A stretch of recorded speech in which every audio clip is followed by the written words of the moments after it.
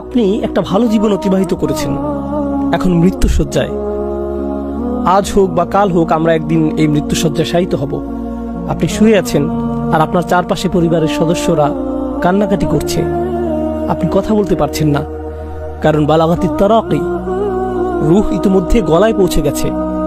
আপনি আমি এই ক্ষণস্থায়ী বাসস্থান ছেড়ে চির বিদায়ের পথে। এই শরীরটাও আমাদের রূহের জন্য ক্ষণকালের বাসস্থান। আমরা এই শরীর ছেড়ে দেবার পথে। আপনার মা পাশে দাঁড়িয়ে আছে, ভাই বোনেরা এবং পরিবারের অন্যান্য সদস্যরা দাঁড়িয়ে আছে, তারা সবাই কাঁদছে। ঠিক সেই সময় আপনার চোখ খুলে গেল, এমন কিছু দেখতে পাচ্ছেন যা অন্য কেউ দেখছে না। দেখতে পেলেন ফেরেশতারা নেমে আসছে। আশেপাশের কেউ এই দৃশ্য দেখতে পাচ্ছে না, কিন্তু আপনি দেখতে পাচ্ছেন, কারণ অদৃশ্যের পর্দা আপনার সামনে থেকে সরে গেছে।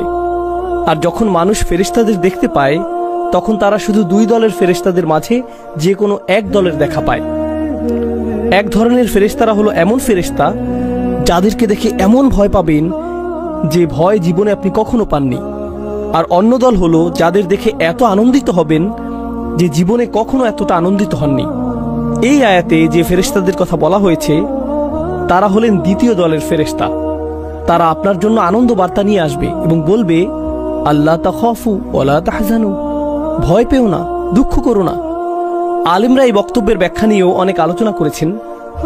ভয়ের ব্যাপারটা বুঝলাম, আপনি মারা যাচ্ছেন তাই ভয় পাওয়াটা স্বাভাবিক।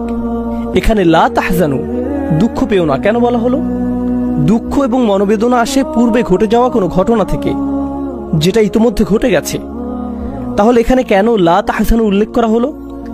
কারণ একজন বিশ্বাসীর ভাবনাটা তখন এমন থাকে, হায় হায় ফেরেশতারা চলে এসেছে, আমার তো আরো তওবা করা দরকার ছিল, আমার আরো কিছু দোয়া করার দরকার ছিল। আমি তো এই বছর ইতিকাফ করার প্ল্যান করেছিলাম, আমি আরো কোরআন তেলাওয়াত করতে চেয়েছিলাম, আমার মায়ের সাথে আরো কিছু সময় ব্যয় করতে চেয়েছিলাম, আমার ভাইকে সাহায্য করতে চেয়েছিলাম, অমুক অমুক ব্যক্তিকে টাকা দিতে চেয়েছিলাম, আমি আরো কিছু সাদকা করতে চেয়েছিলাম, আমি বেহুশ হওয়ার পূর্বে চেকটা সই করতে চেয়েছিলাম। এখন আমি হাসপাতালে আর আপনারা চলে এসেছেন।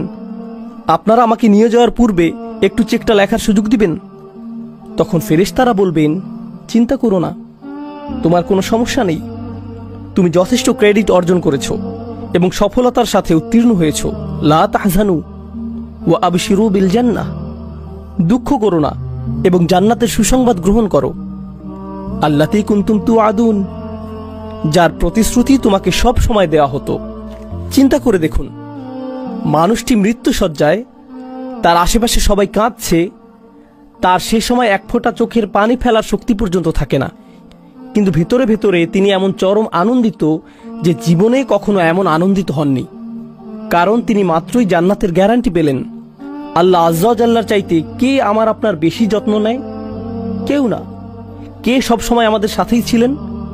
যখন বিভিন্ন মানুষ আমাদের জীবনে এসেছে এবং চলে গেছে, যখন কিছু মানুষ আমাদের সাথে ভালো আচরণ করেছিল আর কেউ কেউ করেছিল খারাপ আচরণ, সেই সময়গুলোতে কে সর্বদা আমার সাথে ছিলেন? আমার ভালো চেয়েছেন এবং আমাকে নিরাপত্তা দিয়ে গেছেন। পরীক্ষা যেমনই হোক না কেন, কে সারাক্ষণ আমার সাথে ছিলেন, কখনোই আমাকে পরিত্যাগ করেননি। দুনিয়ার মানুষগুলোর যত্ন এবং ভালোবাসা ছেড়ে আমরা যখন কবরের জীবনে প্রবেশ করব, তখন আসলে কার যত্ন এবং ভালোবাসার ছায়ায় আমরা প্রবেশ করব? চিন্তা করে দেখুন তো। আমরা মানুষের যত্ন পরিত্যাগ করে পরিপূর্ণরূপে আল্লাহর যত্নে প্রবেশ করব। এখন আর অন্য কোনো মানুষ আপনার আমার যত্ন নিতে পারবে না। আর আল্লাহ হলেন এমন সত্তা, যিনি দুনিয়াতে আমি যত মানুষের ভালোবাসা ও যত্ন পেয়েছি, সবার সমন্বিত যত্নের চেয়েও বেশি যত্ন নিতে পারবেন এবং ভালোবাসা দেখাতে পারবেন। হাদিসে এসেছে, ঈমানদার ব্যক্তি কবরে ফেরেশতাদের প্রশ্নের উত্তর দেওয়ার পর আকাশ থেকে একজন ঘোষক বলবেন, অর্থাৎ আল্লাহ বলবেন, আমার বান্দা যথাযথ বলেছে, সুতরাং তার জন্য জান্নাতের একটা বিছানা বিছিয়ে দাও এবং তাকে জান্নাতের পোশাক পরিয়ে দাও। এছাড়া তার জন্য জান্নাতের দিকে একটা দরজা খুলে দাও। তিনি সাল্লাল্লাহু আলাইহি সাল্লাম বলেন, সুতরাং তার দিকে জান্নাতের স্নিগ্ধকর হাওয়া ও তার সুগন্ধি বইতে থাকে। তিনি আরো বলেন, ওই দরজা তার দৃষ্টিসীমা পর্যন্ত প্রশস্ত করা হয়।